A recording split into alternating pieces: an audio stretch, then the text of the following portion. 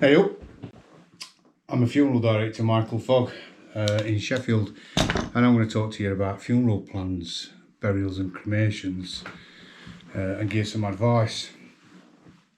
No, I'm not at all, because if you want to know what like that, you'll ask me anyway.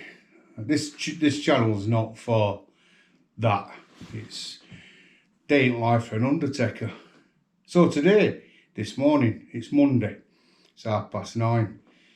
Puts Facebook on and what happened. Bloody Ollie Willoughby and Phil Schofield. Somebody else having a go at them about not queuing to go and see Queen Lady in State. They didn't go and see Queen Lady in State.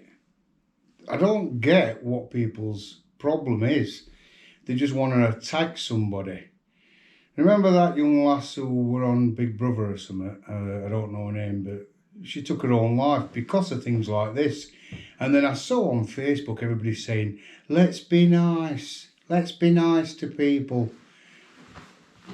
And then everybody goes on attacking somebody else. I wonder how they'd feel if Phil Schofield took his life. All these vermin. It's just people who want to vent their anger and venomous, horrible things on social media, because what it is, they don't get no attention. So they think, oh, I'll jump on bandwagon and then I'll get a bit of attention. And that's what it's all about, attention seeking. That's what it is. I just looked now and some idiot who was on my page actually has put about him not being faithful to his wife and being gay.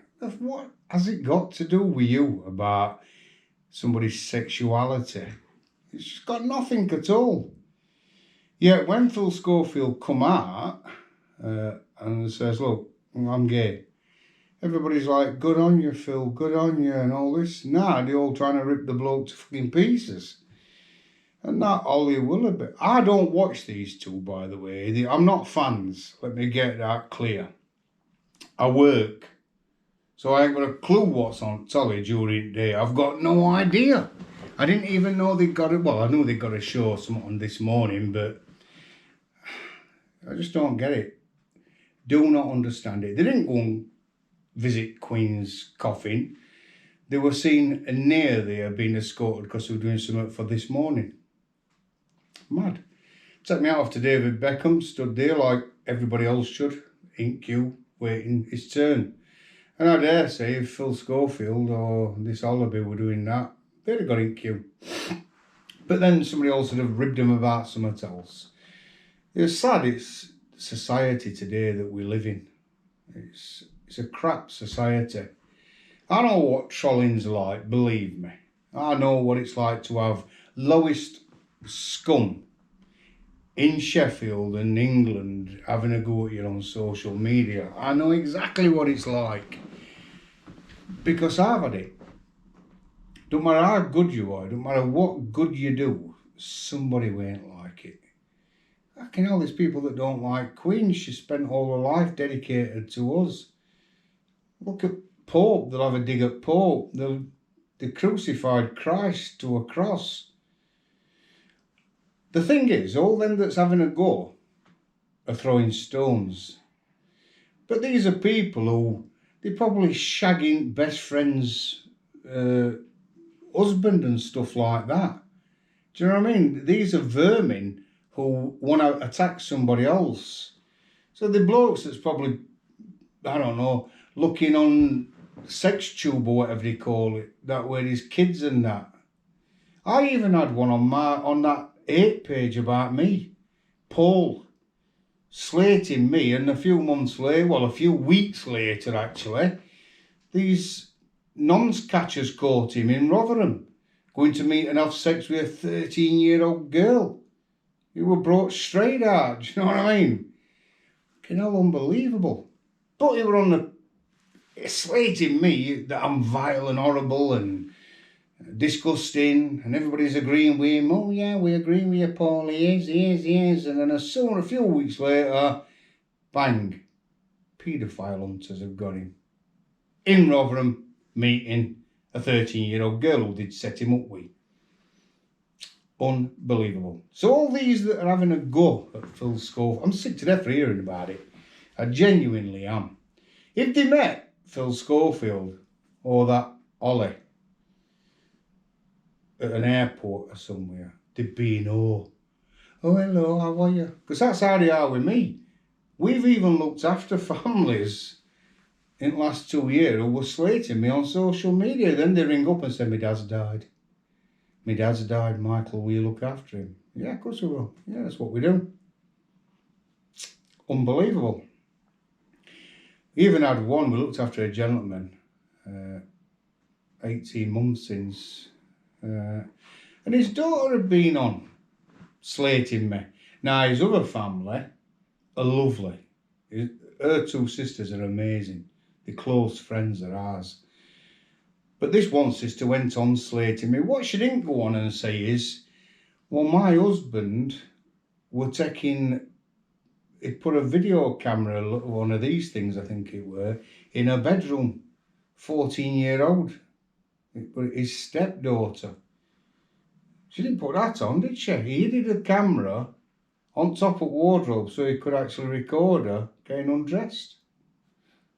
But this woman didn't put that on Facebook. She didn't put it on social media. Her sister told me what her husband had been up to. And at the funeral, she was lovely with me. She even went in one of our limousines. This is the one who was slating me.